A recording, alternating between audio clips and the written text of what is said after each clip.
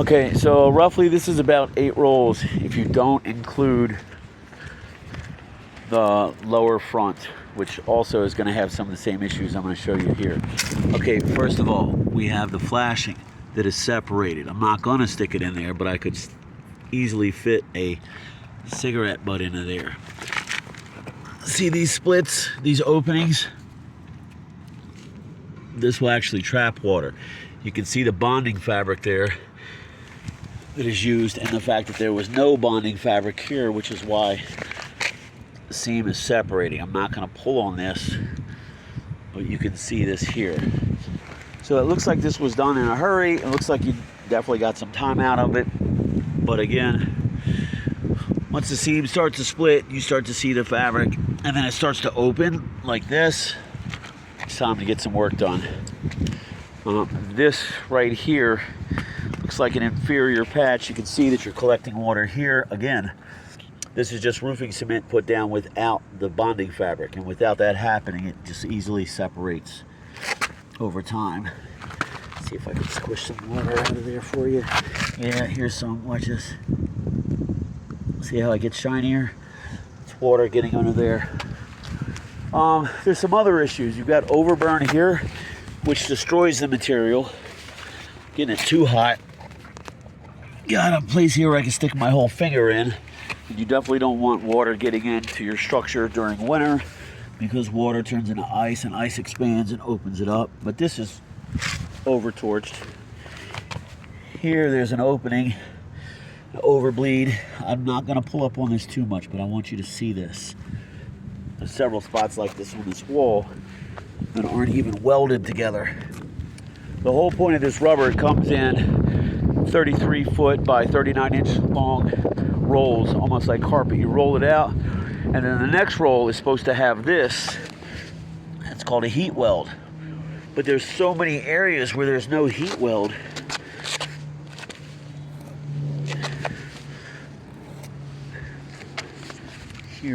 Here.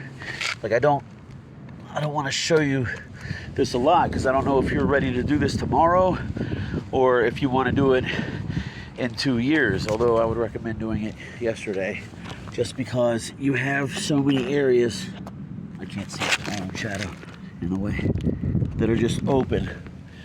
That's overburn, that's overburn. The flashing is completely split around here, around this stack. I mean, it looks like you upgraded to a new skylight, but whoever did this should have put a bead of silicone around this entire top lip, not latex, silicone, and should have put flashing cement and bonding fabric. Looks like there's a lot of places that were either overcooked, which destroys the material, or not enough weld, and you have openings. So what I would recommend is putting a new roof on this. I'm a pretty big boy, so there doesn't feel like there's any ceilings falling in or anything like that. But again, I don't want to see. This is what happens when you overburn. The material is completely gone. So there's overburn, big splooge of weld, but then other areas where there's no weld, and then the overburn again, which basically gives you zero protection. Same thing with the flashing here. That's the roof underneath of here. That's gone.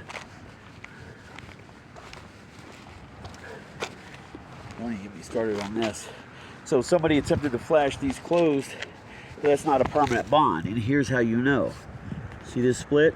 And see this white discoloration right here, where this is white right next to that black? That shows you that water's coming out of there.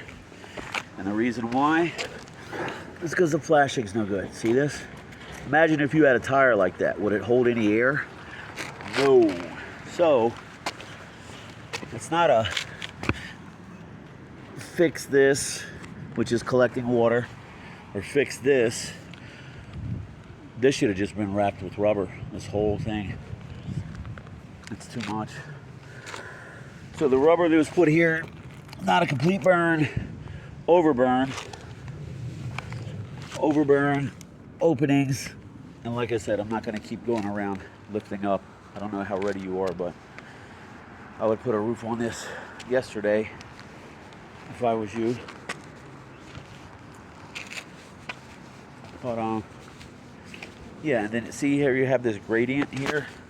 Whoever put this roof on was in a hurry. There's a bullfrog there. That's what we call it. Do I have my keys on me? Let me show you just how extensive this is. I'll stick my whole key under there. No problem. No force, just barely. So if my key will fit under there, obviously rain that comes down that slope before coming this way is going to go right there. Plus you have the overburn where the top layer was too hot. So there's no protection there whatsoever. Mini frog mouths.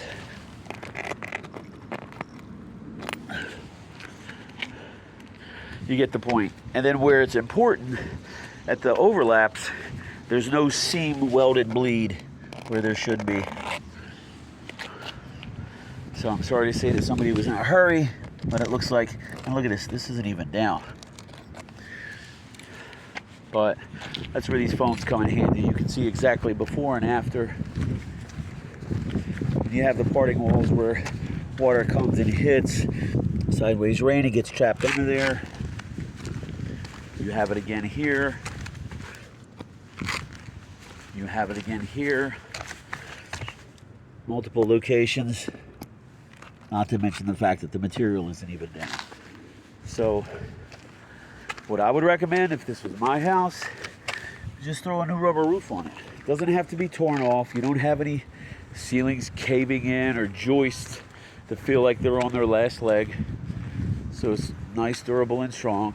But what we would do is just come, wedge out that opening, clean up this stack, clean up that stack, run a new rubber roofing system and lift that box, put new rubber on it, and place it back down.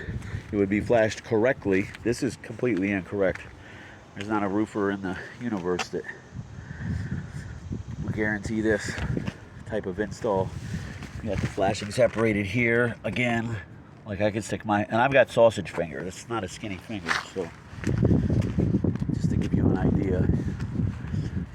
Down to the bottom, you got pretty much the same thing. A granulated roofing system. It was put on by somebody in a hurry, and I'll show you why.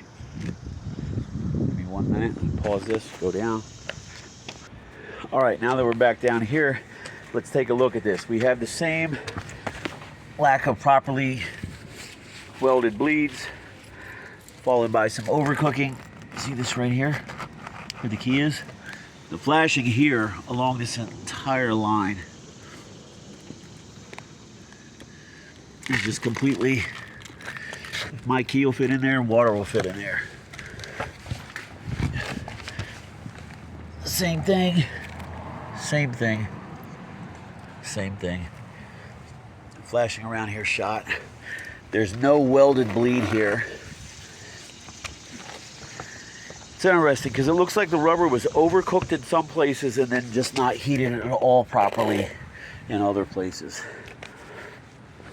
And the flashing cement was put on super thin. You can see this fissure. Well, number one, you can see the fabric separation. But you can also see that crack across the entire 13 foot. See this? And you can see the bonding fabric. Now I'm not going to lift up on this because it's a drop tube, but you get the idea. So, yeah, up top is 8. There's another roll and a half down here, but it depends on what you want to do. But yes, again, too hot with the torch here. Too hot with the torch here. Where they destroyed the material by walking on it after it was too hot, and then no bleed where it's super important at the overlap. And what I try to get people to understand is you have a leak long before, maybe a year or two before you ever see water, because it takes a while to get underneath the deck. However, this front porch roof, just like the top main roof, seems to be a strong structure. I'm a chubby boy, so I don't sense any structural stuff, so you don't have any major damage, but I would recommend a new roofing system on both the lower and the upper. And that is entirely up to you. I am going to send you the video so you can see, not just looking outside, but 3 decades of experience. There's no watertight weld at the joints. The flashing is split. And in the gutter section, there is no water weld at all. If anything, they should have ran this way and this way with that overlapping, and then ran a cap sheet.